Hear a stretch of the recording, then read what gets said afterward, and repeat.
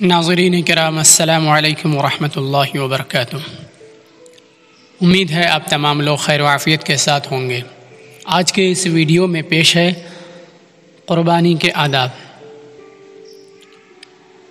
قربانی کے جانور کو چند روز پہلے پالنا یعنی اس کو کھلانا پلانا افضل ہے۔ جانور کو آرام و پیار سے قربان گاہ تک لایا جائے، اسے سختی کے ساتھ گھسیٹ کر نہ لے جایا جائے۔ حضرت ابن سیرین رحمۃ اللہ علیہ سے روایت ہے کہ حضرت عمر رضی اللہ تعالی عنہ نے ایک شخص کو دیکھا کہ وہ بکری کو ذبح کرنے کے لیے پاؤں سے گھسیٹ کر لے جا رہا تھا، تو آپ نے فرمایا کہ تیرا ناس ہو، اس بکری کو موت کی طرف اچھی طرح ہکاؤ۔ حضرت ابو امامہ رضی اللہ تعالی عنہ سے روایت ہے کہ رسول اللہ صلی اللہ علیہ وسلم نے ارشاد فرمایا، جس نے ذبح کیے جانے والے جانور پر رحم کیا تو اللہ تعالیٰ قیامت کے دن اس پر رحم فرمائیں گے۔ قربانی سے پہلے چھری کو خوب تیز کر لیا جائے۔ جانور کے سامنے چھری تیز نہ کی جائے بلکہ اس سے چھپا کر یا پہلے ہی سے تیز کی جائے، کیونکہ حضرت ابو ہریرہ رضی اللہ تعالیٰ عنہ سے روایت ہے کہ حضرت صلی اللہ علیہ وسلم نے ارشاد فرمایا، تم میں سے کوئی چھری تیز کرے تو وہ بکری کے سامنے تیز نہ کرے۔ ایک جانور کو دوسرے جانور کے سامنے ذبح نہ کیا جائے۔ ذبح کا مسنون طریقہ کیا ہے؟ احادیث میں ذبح کا مسنون طریقہ موجود ہے۔ انہی ہدایات اور احکام کی روشنی میں ہمیں مسنون طریقے پر قربانی کے جانور ذبح کرنے کی کوشش کرنا چاہیے۔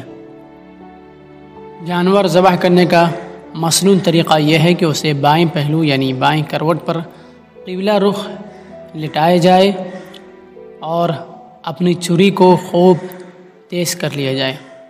جانور کے سامنے چھری کو تیز نہ کیا جائے، کیونکہ حضور پاک صلی اللہ علیہ وسلم نے اس سے منع فرمایا ہے۔ حضرت ابن عمر رضی اللہ تعالیٰ عنہ فرماتے ہیں کہ رسول اللہ صلی اللہ علیہ وسلم نے جانور ذبح کرنے سے قبل چھری تیز کرنے کا حکم دیا ہے، اور اس بات کا حکم دیا ہے کہ چھری کو جانور سے چھپایا جائے، اور جب ذبح کرنا ہو تو جلدی جلدی ذبح کیا جائے۔ ذبح سے پہلے جو مسنون طریقہ ہے، دعا ہے، یعنی جو نیت نامہ ہے اسے پڑھ لینا چاہیے۔ انی وجہت وجہی للذی فطر السماوات والارض حنیفا وما انا من المشرکین ان صلاتی ونسکی ومحیای ومماتی للہ رب العالمین۔ یہ پڑھنے کے بعد اللہم منک ولک یہ پڑھیں، پھر اس کے بعد بسم اللہ اللہ اکبر کہہ کر اپنے جانور کو ذبح کریں۔ جانور ذبح کرتے وقت اس کا دھیان رہنا چاہیے کہ اس کی شہرک، نرخرا اور سانس والی نالی ہے وہ نالی کٹ جائے، اس لیے ہمیں جو ہے خوب تیز دھار چھری استعمال کرنی چاہیے۔ ذبح کرنے کے بعد اب جو ہے یہ دعا پڑھنی ہے، اللہم تقبل منی کما تقبلت من حبیبک محمد وخلیلک ابراہیم علیہم الصلاۃ والسلام۔ اے اللہ، اس قربانی کو مجھ سے قبول فرما جیسے کہ آپ نے قبول کیا اپنے حبیب حضرت محمد صلی اللہ علیہ وسلم سے اور اپنے خلیل حضرت ابراہیم علیہ وعلی نبینا الصلاۃ والسلام سے۔ اگر قربانی کسی دوسرے کی طرف سے یا کئی افراد کی طرف سے کی جا رہی ہو تو لفظ منی یعنی اللہم تقبل منی جو بولتے ہیں ہم لوگ، اس جگہ پہ لفظ منی کے بجائے من کہا جائے۔